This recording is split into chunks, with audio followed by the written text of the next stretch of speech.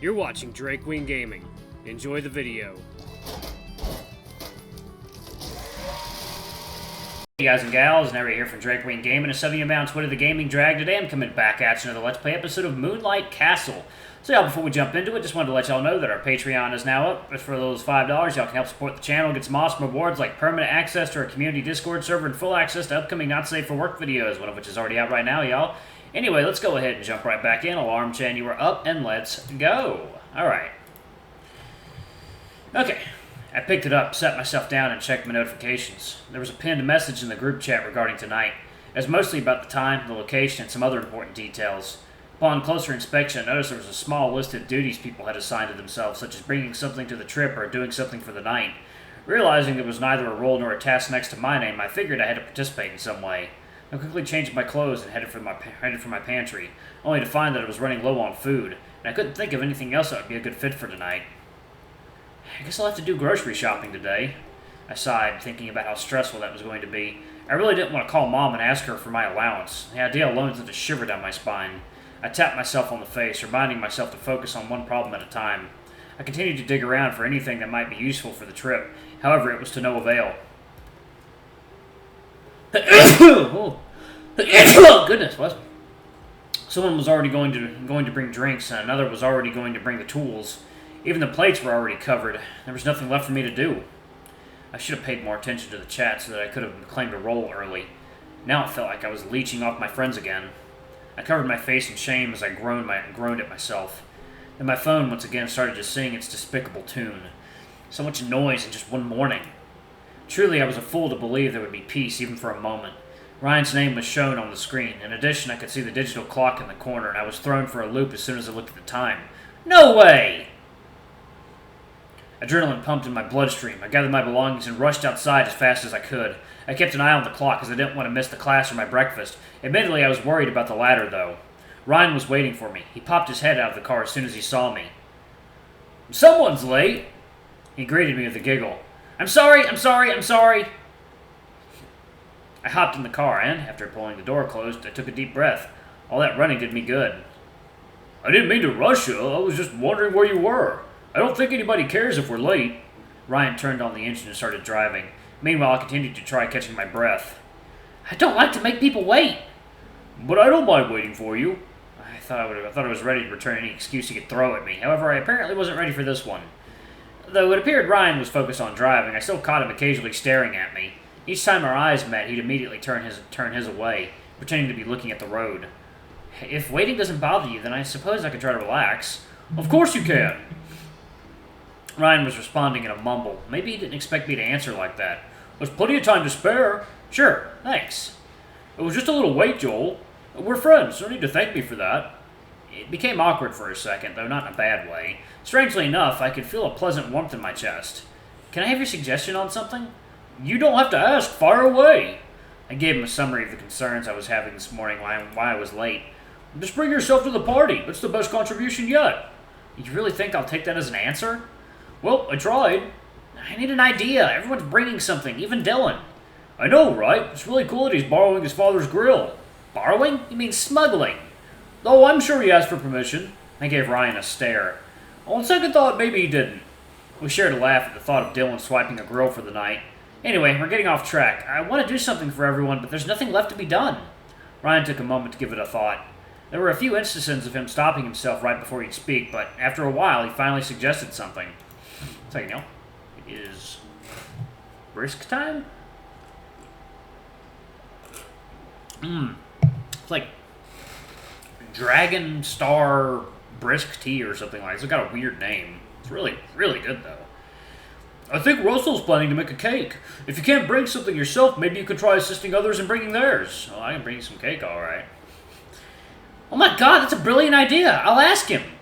We chatted until Russell's shop was in sight. I grabbed my things and walked out with Ryan in tow.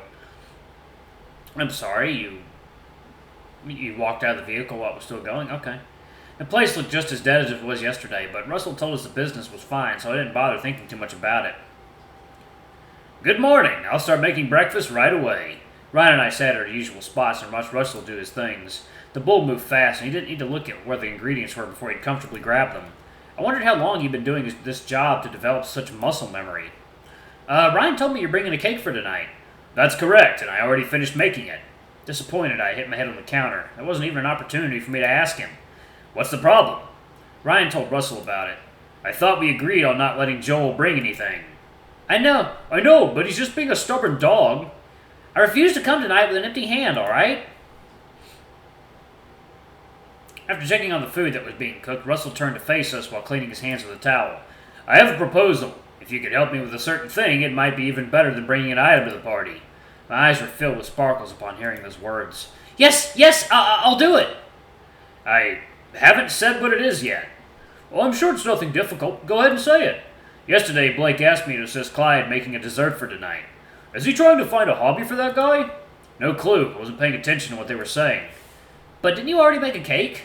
I did. It's a backup. What does that mean? I think it's meant to replace Clyde's dessert if it turns out to be bad. Oh, is this supposed to be a secret? By that, if you meant not telling Clyde, then I suppose it is. This feels wrong. That's why I'm asking you to join him in making the dessert so that there are more chances of him succeeding. He refused my direct assistance because I'm experienced, but I think he's going to let you help him. I guess that makes sense. How much do you know about cooking? The image of me microwaving soup last night was flashing before my eyes, and I didn't think that Russell would be thrilled to hear such a story. Not much. Ooh, excuse me. Perfect. Russell handed us our breakfast. The irresistible smell promptly made me forget about Clyde and all this cake business. It didn't take long for Ryan and me to finish the food. That was delicious! I want to eat this again tomorrow. Am I going to become addicted to your cooking? You're spoiling me! That means I'm doing my job properly. I exhaled at the end of my feast. This dog was happy and more than ready to start the day. That's the kind of sound I like to hear! Now that the bear had said that, this dog had become less happy and more embarrassed. Shut up! I thanked Russell for the food. You two should hurry. You aren't as early as yesterday. It was easy for him to say that when he wasn't the one who needed to get up with a full stomach, and I was just about to feel really comfortable in the seat, too. I hate to rush while digesting, and I was enjoying the process of figuring out my plan for the day. Yeah, you're right. We should get going, but I can't move. Fear not. I'll just carry you to your car myself. I jumped from my chair. There was no way I was going to let him carry me like a baby. What did you... No, absolutely not. No worries. You aren't heavy. I've carried groceries bigger than you. There you go. Tea time? This isn't really a tea. It's more like a soda.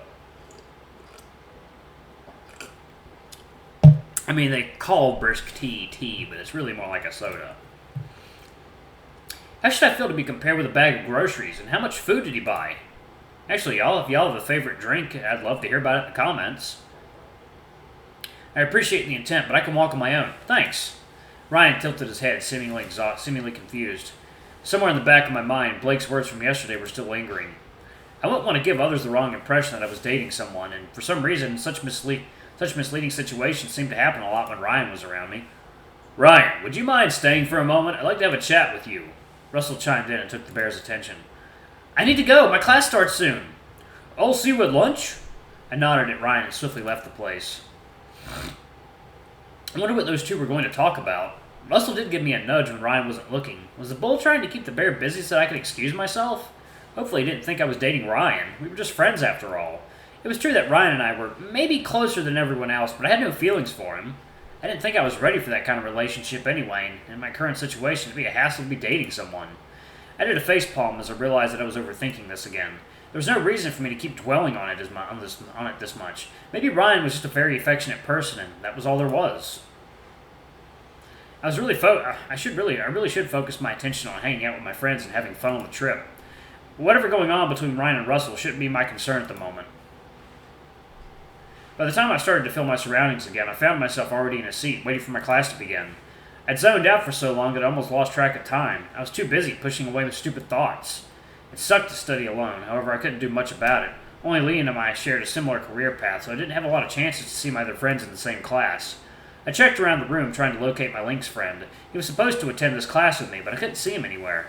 I thought that we'd meet up and talk about tonight, so I assumed that he wouldn't skip the lecture today.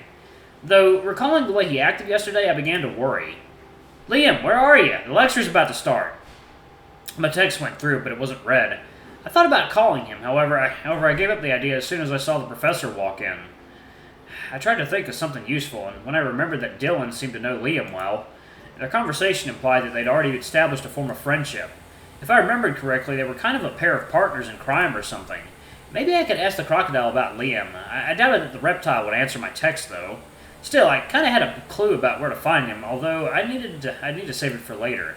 Despite everything, I was still a mere college student, and no one but myself would save me from the upcoming exam. I opened my notebook and paid my attention to the lecture. Time passed, and the bell's ring was heard throughout the corridor. I yawned at the useless knowledge that the professor had just shoved in my head. Students started to pack their belongings and leave the classroom, myself included. Then I proceeded to painfully climb up the same set of damn stairs I'd gone through yesterday. Our college had a massive library that housed an array of all sorts of books. The place was usually crowded, as people would often need to come here in order to browse materials for the research in these and theses. Not to mention also a few who love to read just for fun. 1 second, y'all. It is, as you probably have guessed, tea time.